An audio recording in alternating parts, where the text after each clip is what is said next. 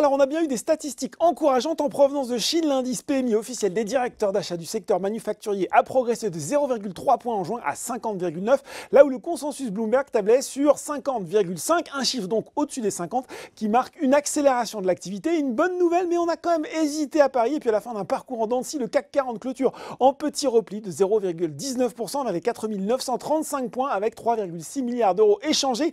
Il finit en main le mois sur une progression de 3,6% et le trimestre à plus 12,7.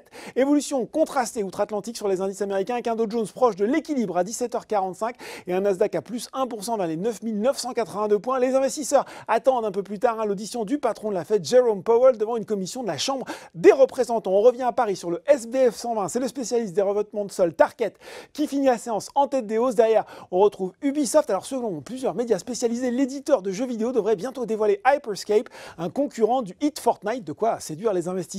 Score profite lui d'une recommandation de Citi, passé de neutre à achat sur le titre du réassureur. Seb et Sartorius sont également bien orientés, puis Trigano prend 3,55%.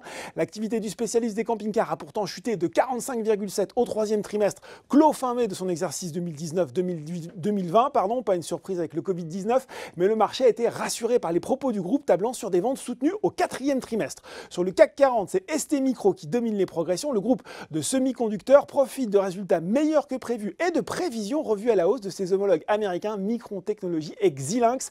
À noter aussi la hausse de Worldline plus 2,5% et un nouveau plus haut historique du titre à 78,24 €. En cours de séance, HSBC a relevé son objectif de cours de 75 à 85 € tout en maintenant sa recommandation à achat. Côté baisse, cette fois-ci, Vallourec affiche la chute la plus marquée du SBF 120 devant DBV Technologies, Natixis, CGG et Elior qui restent sous pression et cèdent désormais 61% depuis le début de l'année. Voilà, c'est tout pour ce soir. Maintenant, n'oubliez pas, tout le reste de l'actu éco et finance est sur Boursorama.